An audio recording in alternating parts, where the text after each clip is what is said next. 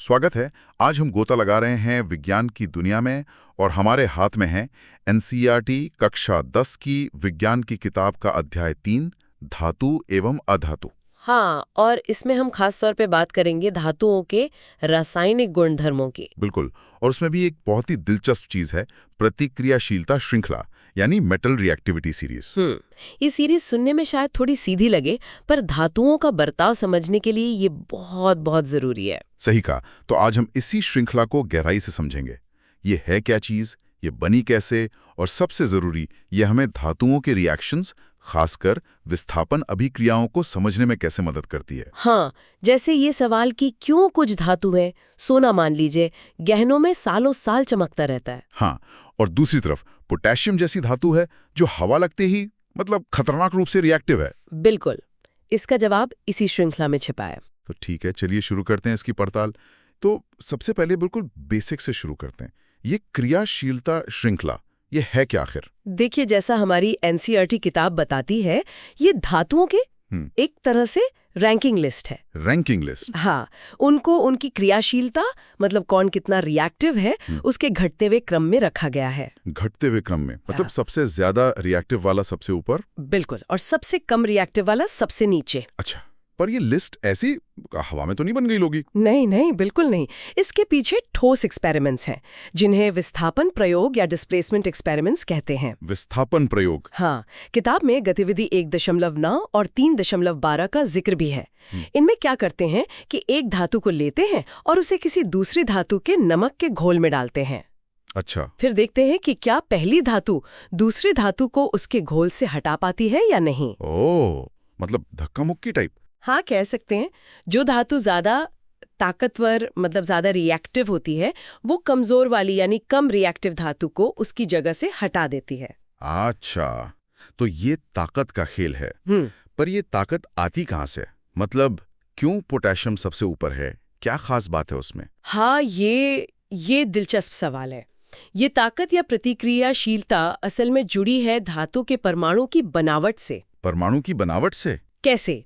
खास तौर पर इस बात से कि वो धातु कितनी आसानी से अपना सबसे बाहरी इलेक्ट्रॉन खो सकती है। इलेक्ट्रॉन खो सकती है? हाँ, देखिए, पोटेशियम के और सोडियम Na जैसे धातु जो लिस्ट में सबसे ऊपर हैं, हाँ, इनके परमाणु थोड़े बड़े होते हैं, और जो सबसे बाहर वाला इलेक्ट्रॉन होता है ना, वो नाभिक यानी न्यूक्लियस से उतनी मजबूती से जुड़ा नहीं होता। अच्छा, मतलब थोड़ा ढीला होता है? हाँ, कह सकते हैं।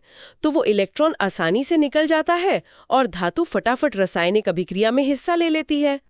ओह, तो ये इलेक्ट्रॉन देने की आसानी है उनकी हाई रिएक्टिविटी का राज? बिल्कुल सही। वो अपना इलेक्ट्रॉन बहुत जल्दी पानी को दे देता है। और सोना? हाँ, सोना, वो तो लिस्ट में सबसे नीचे है। हाँ, तो वो अपने इलेक्ट्रॉन को बहुत मजबूती से पकड़ कर रखता है, आसानी से देता नहीं, इसीलिए वो ज्यादातर चीजों से रिएक्ट ही नहीं करता। समझ गया, मतलब सोना थोड़ा कंजूस है अपने इलेक्ट्रॉन देने में। एक तरह से कह सकते हैं। और इसीलिए ये श्रृंखला इतनी महत्वपूर्ण है। ये सिर्फ ये नहीं बताती कि कौन ज्यादा रिएक्टिव है, हाँ, बल्कि ये भविष्यवाणी करने में मदद करती है कि कोई धातु अलग अलग सिचुएशन में कैसे बर्ताव करेगी। जैसे क्या वो ठंडे पानी से रिएक्ट करेगी, या गर्म पानी से, या भाप से? क्या वो किसी एसिड से हाइड्रोजन गैस निकालेगी? अच्छा, या फिर क्या वो किसी दूसरी धातु के नमक के घोल से उस धातु को हटा पाएगी? इन सब सवालों के जवाब वो इसी श्रृंखला में छिपे हैं। वाह, मतलब ये तो धातुओं की कुंडली जैसी हो गई। अगर हम किताब में दी गई तालिका 3.2 देखें, पोटेशियम के सबसे ऊपर, फिर sodium Na, calcium Ca, magnesium Mg, aluminium Al, zinc Zn, iron Fe, lead Pb। हाँ, और फिर बीच में आता है हाइड्रोजन H। हाँ, ये हाइड्रोजन क्यों है बीच में? ये तो अधातु है। सही पकड़ा। हाइड्रोजन को यहाँ तुलना के लिए एक रेफरेंस पॉइंट की तरह रखा गया है। अच्छा, एक बेंचमार्क जैसा? बिल्कुल। इससे हमें ये समझने में आसानी होती है कि कौन सी धातुएं एसिड से हाइड्रोजन हटा पाएंगी और कौन सी नहीं। ओके, और हाइड्रोजन के नीचे है copper Cu, mercury Hg, silver Ag और सबसे नीचे सोना Au। तो ये पूरी लिस्ट हो गई और ट्रेंड साफ है, ऊपर से नीचे आओ तो रिएक्टिविटी कम होती जाती है। हाँ बिल्कुल, यही पैटर्न है। और हाइड्रोजन का यहाँ होना एक तरह का लैंडमार्क है। जो धातुएं हाइड्रोजन से ऊपर हैं, वो आमतौर पर ज्यादा प्रतिक्रियाशील मानी जाती हैं। और वो एसिड से हाइड्रोजन निकाल सकती हैं। हाँ, आमतौर पर वो तनु एसिड से हाइड्रोजन गैस विस्थापित कर सकती हैं। और जो हाइड्रोजन से नीचे है, वो कम प्रतिक्रियाशील है। वो सामान्यतः ऐसा नहीं कर पाती। इसीलिए कॉपर या सोना एसिड में डालने पर हाइड्रोजन गैस नहीं निकलती। एकदम सही। वाह, ये तो कमाल का सिस्टम है। ठीक है, थ्योरी तो काफी हद तक समझ आ गई।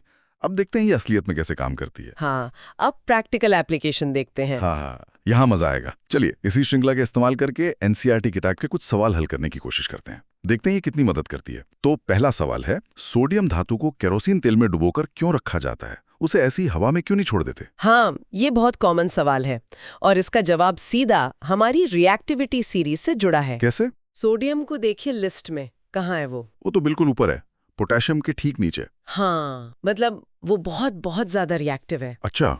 अगर उसे हवा में खुला छोड़ दें तो वो हवा में जो ऑक्सीजन है और जो नमी है, मतलब पानी की भाप, हाँ, उनसे इतनी तेजी से रिएक्ट करता है कि आग पकड़ लेता है। कभी कभी छोटा धमाका भी हो सकता है। बाप रे, इतना खतरनाक। हाँ, तो केरोसिन तेल क्या करता है, वो एक तरह से सोडियम के ऊपर एक परत बना लेता है। एक कवच जैसा। बिल्कुल, वो सोडियम को हवा और नमी के कांटेक्ट में आने ही नहीं देता। इस तरह सोडियम शांत और सुरक्षित रहता है। समझ गया। तो केरोसिन एक बॉडीगार्ड है सोडियम का, उसे हवा पानी के अटैक से बचाता है। जैसे हम अचार को तेल में डुबो के रखते हैं ताकि फफूंद ना लगे। हाँ, कुछ वैसा ही समझ लीजिए। ठीक है, ये तो क्लियर हो गया। अब अगला सवाल, ये रिएक्शंस के बारे में है। इसमें समीकरण नहीं पूछ रहे, बस कॉन्सेप्ट समझना है। अच्छा। सवाल है कि लोहे की भाप के साथ और कैल्शियम और पोटेशियम की पानी के साथ अभिक्रियाओं में क्या फर्क है और क्यों? यहाँ फिर से रिएक्टिविटी का ही खेल है। श्रृंखला में देखिए, आयरन Fe कहाँ है? आयरन वो बीच में है, जिंक के नीचे, लेड के ऊपर। सही। और कैल्शियम Ca और पोटेशियम के? वो तो टॉप पर हैं, बिल्कुल ऊपर। तो कौन ज्यादा रिएक्टिव हुआ? कैल्शियम और पोटेशियम आयरन से कहीं ज्यादा रिएक्टिव हैं। बिल्कुल, और इसी का असर उनके पानी के साथ रिएक्शन पर पड़ता है। कैल्शियम और पोटेशियम इतने ज्यादा रिएक्टिव हैं कि वो ठंडे पानी से ही फटाफट रिएक्ट कर लेते हैं। ठंडे पानी से भी? हाँ, कैल्शियम थोड़ा धीरे करता है, पर पोटेशियम तो बहुत तेजी से रिएक्ट करता है। इतनी गर्मी निकलती है कि जो हाइड्रोजन गैस बनती है उसमें आग लग जाती है। ओहो, पोटेशियम तो बड़ा जोशीला है, ठंडे पानी से भी भिड़ जाता है। और लोहा? लोहा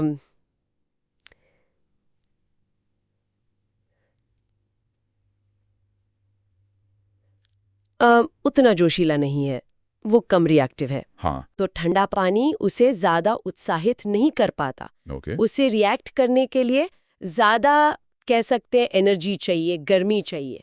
तो इसलिए लोहा ठंडे या गर्म पानी से आसानी से रिएक्ट नहीं करता। वो रिएक्ट करता है भाप से, स्टीम से, हाँ। जो कि बहुत गर्म पानी होता है। बिल्कुल। तब जाके वो हाइड्रोजन गैस बनाता है। अच्छा, तो रिएक्टिविटी ये तय कर रही है कि पानी कितना गर्म होना चाहिए रिएक्शन के लिए। बिल्कुल। टॉप वाले ठंडे पानी से, बीच वाले भाप से। हाँ, और जो बिल्कुल नीचे है, जैसे कॉपर, सोना, वो पानी से चाहे ठंडा हो या गर्म या भाप, सामान्यतः रिएक्ट ही नहीं करते। कमाल है, ये सीरीज तो वाकई बड़े काम की चीज है। बिल्कुल।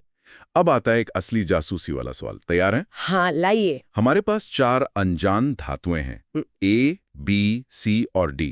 पता नहीं ये कौन है। इनके छोटे छोटे टुकड़े लिए और 4 अलग अलग नमक के घोल में डाले। कौन कौन से घोल? Iron sulphate, copper sulphate, zinc sulphate और सिल्वर नाइट्रेट। ओके। और फिर देखा कि किस धातु ने किस घोल से धातु को विस्थापित किया, मतलब बाहर निकाला। इसके नतीजों की एक टेबल दी हुई है किताब में।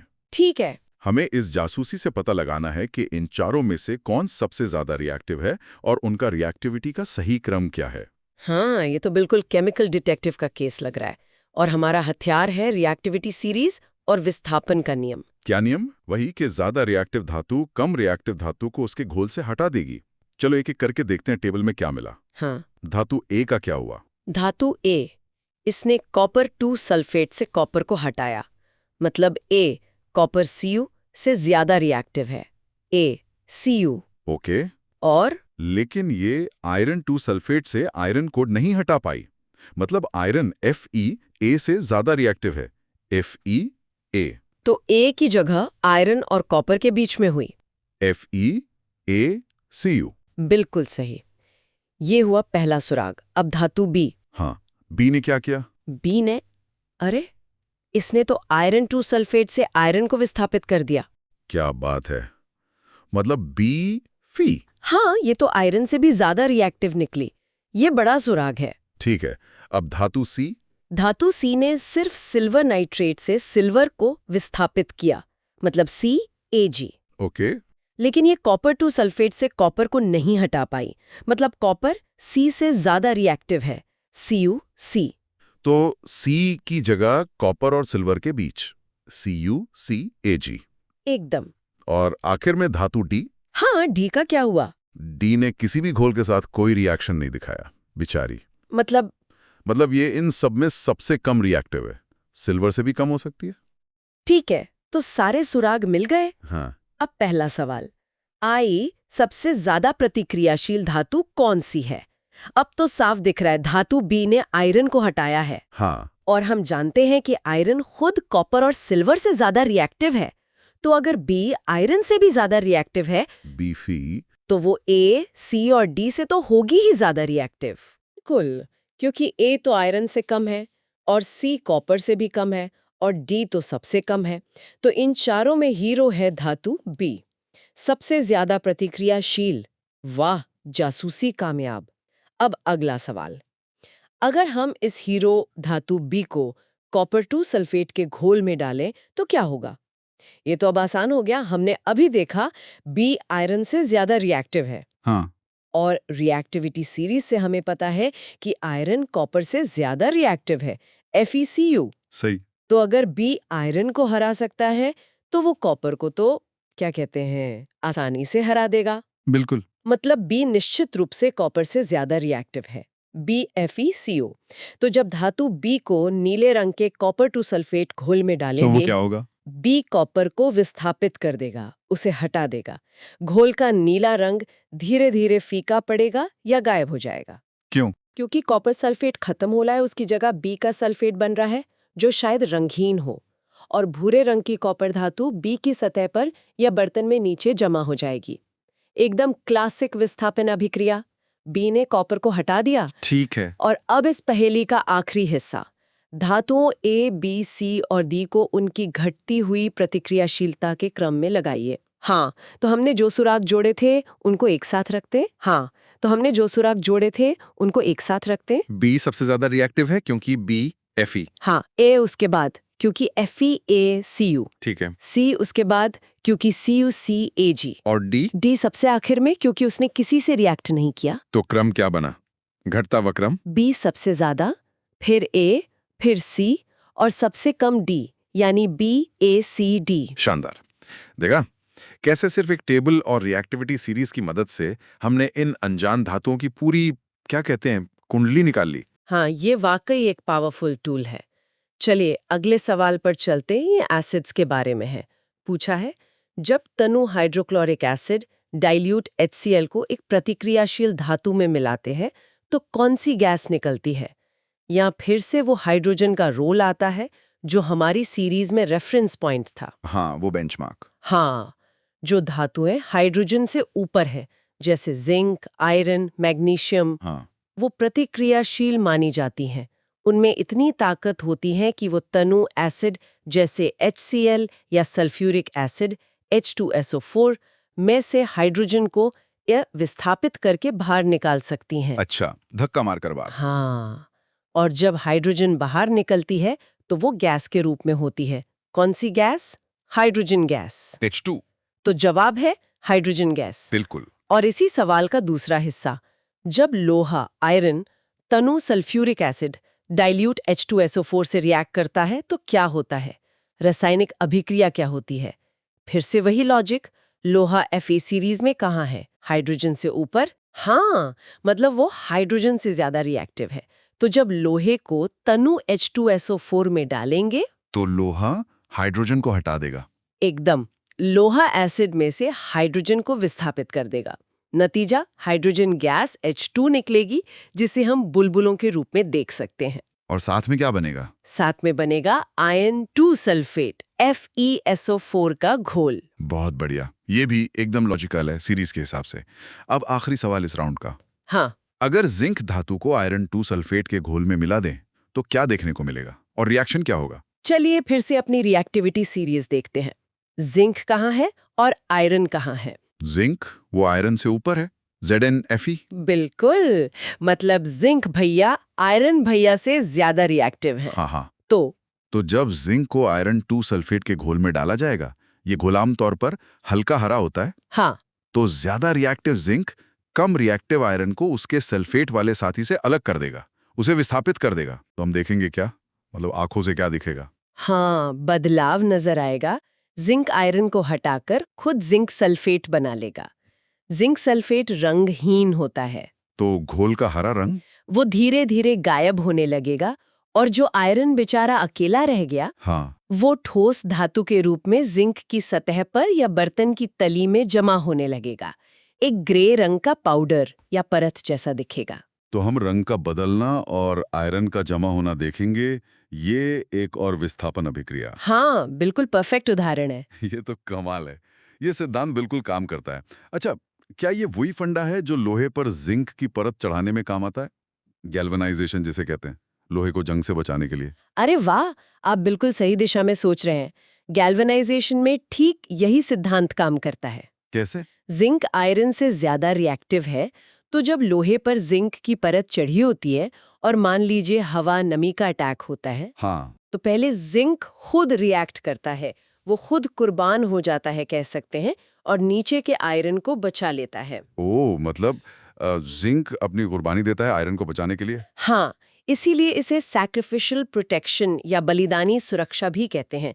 ये रिएक्टिविटी सीरीज का एक बहुत ही महत्वपूर्ण प्रैक्टिकल इस्तेमाल है। वाह, तो ये सिर्फ किताबों तक ही नहीं है, हमारी रोजमर्रा की जिंदगी में भी इसका असर है। चलिए, हमने काफी गहराई से इस श्रृंखला को समझ लिया। अब समय है कि हम मुख्य बातों को एक बार फिर से देख लें।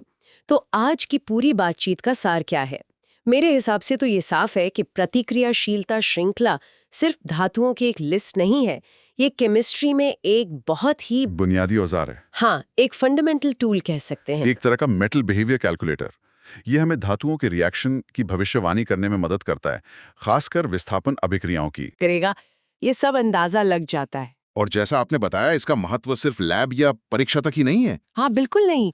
ये समझने में मदद करता है कि क्यों लोहे में जंग लगता है पर सोने के गहने वैसे ही रहते हैं। संक्षारण, करोजन को समझने में ये बहुत काम आता है। और आपने धातुओं के निष्कर्षण की बात भी की थी। हाँ, ये धातुओं को उनके अयस्कों ओर्स से निकालने की प्रक्रिया को भी प्रभावित करती है।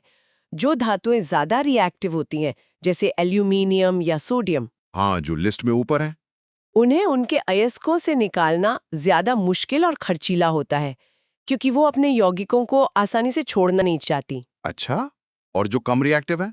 जो कम रिएक्टिव है, जैसे कॉपर या सोना, वो अक्सर प्रकृति में ज्यादा आसानी से, कभी-कभी तो शुद्ध रूप में ही मिल जाती हैं, या उन्हें उनके अयस्कों से निकालना तुलनात्मक रूप से आसान होता है। तो ये छोटी सी लिस्ट असल में धातुओं के बारे में कितना कुछ बताती है, उनकी केमिस्ट्री, उनके इस्तेमाल, उन्हें पाने की मेहनत, सब कुछ। हाँ, ये धातुओं की दुनिया को समझने का एक बहुत अच्छा नजरिया देती है। सही बात है। और यहाँ एक सोचने वाली बात भी है जो इस चर्चा को और आगे ले जा सकती है। हाँ, क्या? हमने बात की कि प्रतिक्रियाशीलता इस बात से जुड़ी है कि कोई धातु कितनी आसानी से इलेक्ट्रॉन खो देती है। हाँ, इलेक्ट्रॉन खोना मतलब ऑक्सीकरण होना। बिल्कुल। तो क्या ये श्रृंखला हमें सिर्फ विस्थापन या एसिड रिएक्शंस के बारे में ही नहीं, बल्कि धातुओं के ऑक्सीकरण से जुड़े दूसरे गुणों के बारे में भी कुछ संकेत दे सकती है? जैसे कि? जैसे कौन सी धातु ज्यादा आसानी से आयन बनाएगी, किसके यौगिक ज्यादा स्थायी होंगे, या जो आपने अभी संक्षारण की बात की, कौन सी धातु ज्यादा आसानी से संक्षारित होगी,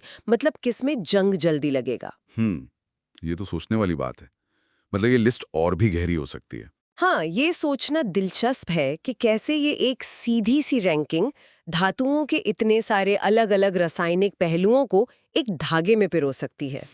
वाकई सोचने लायक नुक्ता है।